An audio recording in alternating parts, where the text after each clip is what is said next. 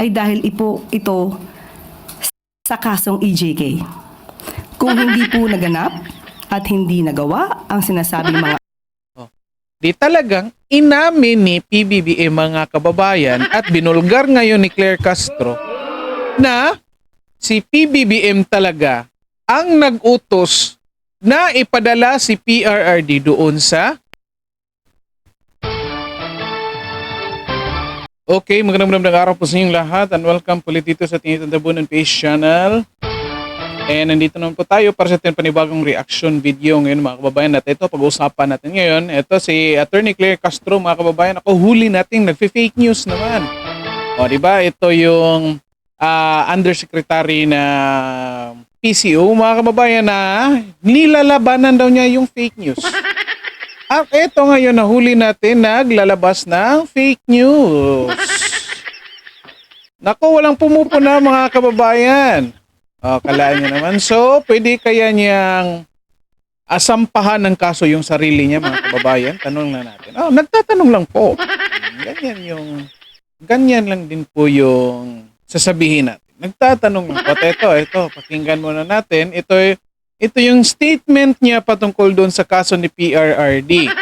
Of course, I think alam naman nating lahat bago natin itong umpisahan. Tanungin ko muna kayo, baka hindi natin alam. Or baka merong walang alam kung ano talaga yung i-file na kaso laban kay PRRD. Mag-comment kayo dyan mga kababayan. So ano yung kaso ni PRRD? I-comment nyo dyan ha. Okay, so yung kaso ni PRRD dun sa ICCI, Crime Against Humanity.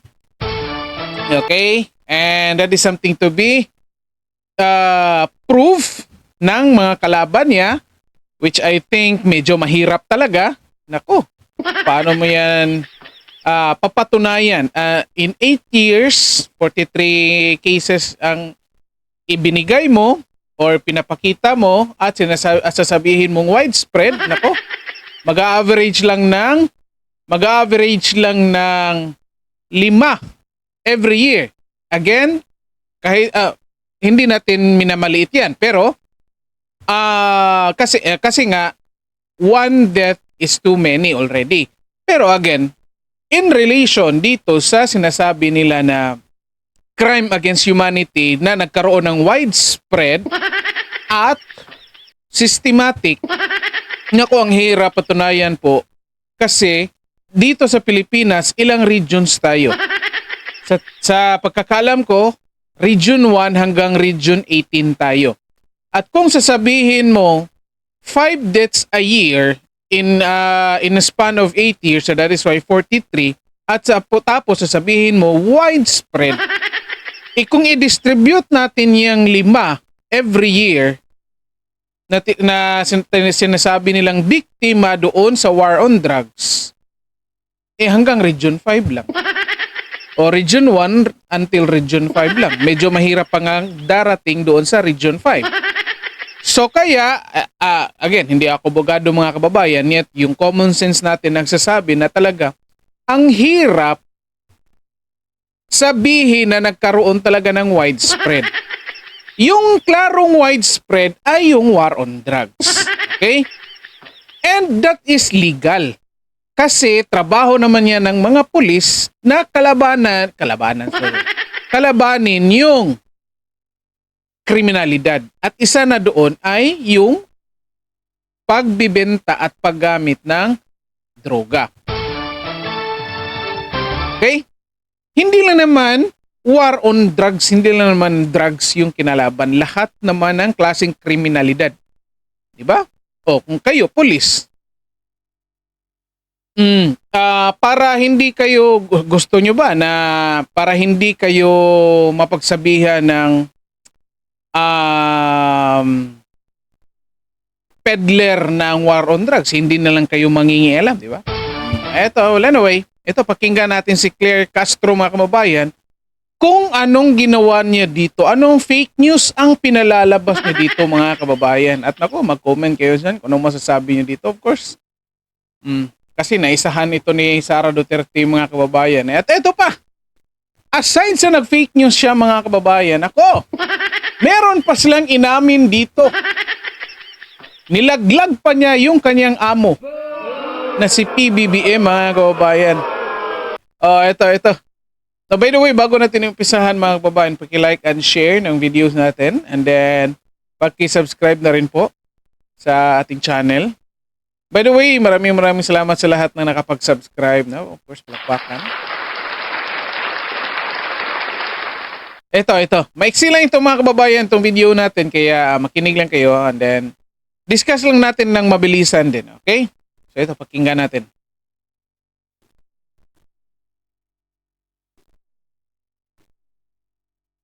Ma'am, may we just get your reaction on the recent statement made by Vice President Sara Duterte that although it is ironic, but she has to thank President Bongbong Marcos na nagkaroon sila ng forgiveness ng apa niya, former President Rodrigo Duterte. Okay. Mas maganda po siguro kung magpasalamat muna si VP Sara sa kanyang ama mismo, kay dating Pangulong Duterte. Dahil kung siya man po ay nagkaroon ng pagkakataon at nagkaroon ng oras kasama ang kanyang ama, ay dahil ito sa kasong EJK. Kung hindi po naganap at hindi nagawa ang sinasabing mga aksyon patungkol sa war on Again, tanong natin mga kababayan, anong kaso ni PRRD? Crime against humanity. Anong kasong sinasabi ni Claire Castro? EJK. Ulitin natin. Anong sagot niya dito? kasong EJK. Kung hindi po naganap at hindi nagawa ang sinasabing mga aksyon patungkol sa war on drugs at walang nag-complain, hindi naman din po sila makakaroon ng pagkakataon na makapunta sa dahig. So mas magandang pasalamatan niyo muna po dahil sa ginawa ng kanyang ama, sa mga nirereklamos po sa kanya, yun po yung naging cause kung ba't sila nasa dahig. Pero pinaabot po natin to sa Pangulo. At ang sabi po niya, glad I could help. Okay mga kababayan, di ba sabi ko sa inyo maiksi lang, ito analyze lang natin. I think narinig naman natin, alisin lang muna natin yung pagmumukha ni Attorney Claire Castro yan mga kababayan. Kasi alisin lang natin kasi alam kong galit kayo dyan. Kalain nyo, nag-hire yung Pangulo ng tagapagsalita or hindi talaga ito tagapagsalita mga kababayan. Anong tawag nito? Taga-irita ng taong bayan ang tawag niyan. Hindi kasi maraming nagagalit instead na matutuwa sa Marcos administration kasi ipinapahayag kung anong nangyayari sa bansa, anong mga plano ng Malacanang patungkol sa bansa. Ito yung mga sinasabi niya. Di ba? So, well, basically baka na naman talaga walang plano itong Marcos administration natin yan mga kababayan. Ito, pag-uusapan natin ng mabilisan lang. Sabi ko nga sa inyo, may eksi lang ito. Okay, number 1 mga kababayan. Again, balikan natin. Anong kaso na isinampa laban kay PRRD mga kababayan? Crime against humanity. Klaro yan. Okay? Yet, anong sinasabi dito na kaso ni Attorney Claire Castro mga kababayan? Sinasabi niya magpapasalamat daw sa kasong EJK. Di ba? Tanong natin. Una-unang katanungan. Meron na bang batas against EJK? Kagagawa pa lang ng Congress ng batas laban ng EJK. So basically, wala pa talagang kaso na talagang under ng EJK. At hindi yan yung kaso ni PRRD. Yung kaso nga ni PRRD ay crime against humanity. So anong tawag ninyo dyan sa sinasabi ni Attorney Claire Castro? Di ba fake news? Naku, ang hirap talaga kalabanin ng sarili mga kababayan. Ngayon, sino nagfi-fake news? Di ba siya yung klarong nagfi-fake news? Eto mga kababayan, yung EJK, sinasabi nilang extrajudicial killing or EJK nga. Sino ba ang gumagamit ng term na EJK? Di ba yung mainstream media lang? Kasi basically mga kababayan, kung titignan natin, wala pa talagang acceptable na term sa batas na EJK. Kasi lahat ng klaseng patayan, under po yan ng EJK. So broad po yan. Okay? Kasi walang pinag-uutos ang Korte ng Pilipinas or walang sanctioned death galing sa Korte ng Pilipinas kasi wala tayong death penalty.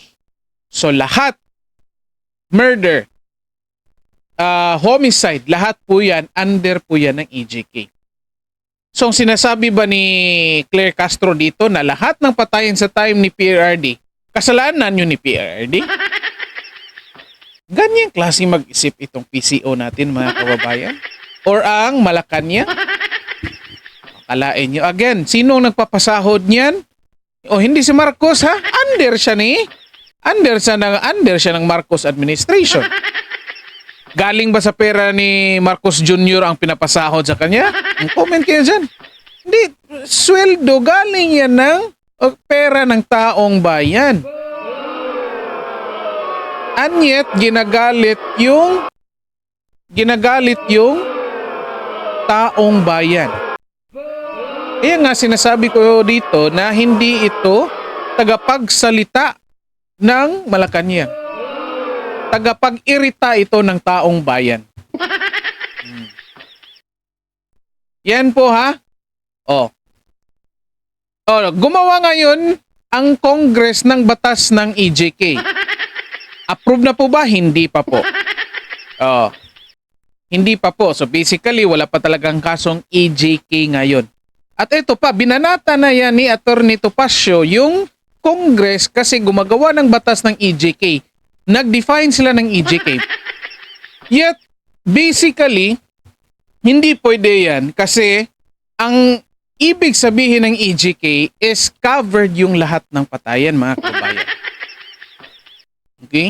Kung sasabihin nila na ang pagpatay ng isang pulis doon sa criminal ay EJK, police abuse din po yan.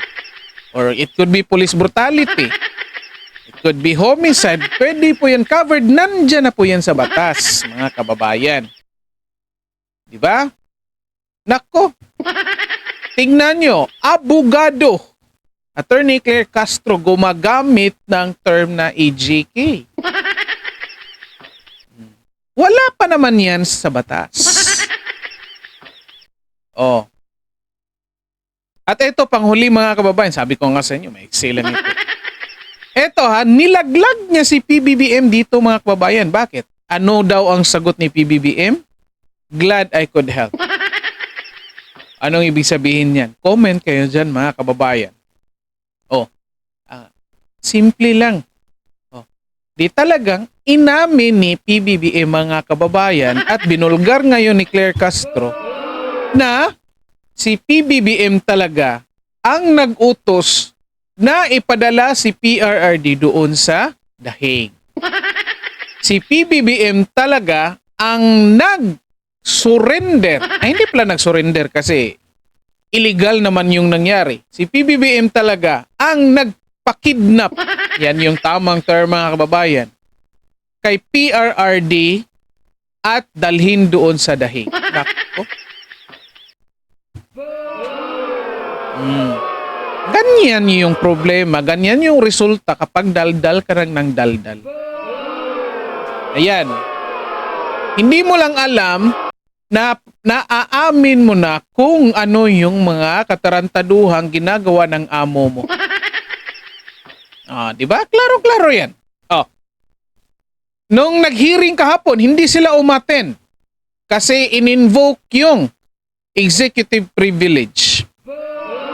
Pero binulgar niya in the media. Nako mga kababayan, mag-comment kayo dyan kung anong masasabi nyo dito. Ganyan talaga mga kababayan. Na sinisira na lang kanilang sarili mga kababayan. Basta't kapag may ginagawa kayong mga kabulastugan dyan, lalo na hindi ka mag-isa, may kasama ka. Oh, tanungin mo yan isa-isa. Like, dalawa kayong gumawa ng katarantaduhan, lalo na't mas marami, tatlo, apat, no. Tanungin mo yan isa-isa, hindi yan magpang-abot mga storya, mga kababayan. Kaya ito, yung tagapagsalita, yan, nilaglag si PBBM. Well, anyway, comment na. Dito na lang po muna tayo mga kababayan. Comment nyo dyan kung anong sa tingin nyo, anong naisip nyo dito, or anong nakikita nyo dito sa mga sinasabi ni Attorney Claire Castro, mga kababayan. Well, anyway, instead na magalit tayo, parang natatawan lang tayo mga kababayan. Okay, so again, by the way, paki-like and share ng videos natin. And para makita din ng iba, and then paki-subscribe na rin po sa ating channel. Okay, maraming salamat sa lahat at magandang araw sa inyo.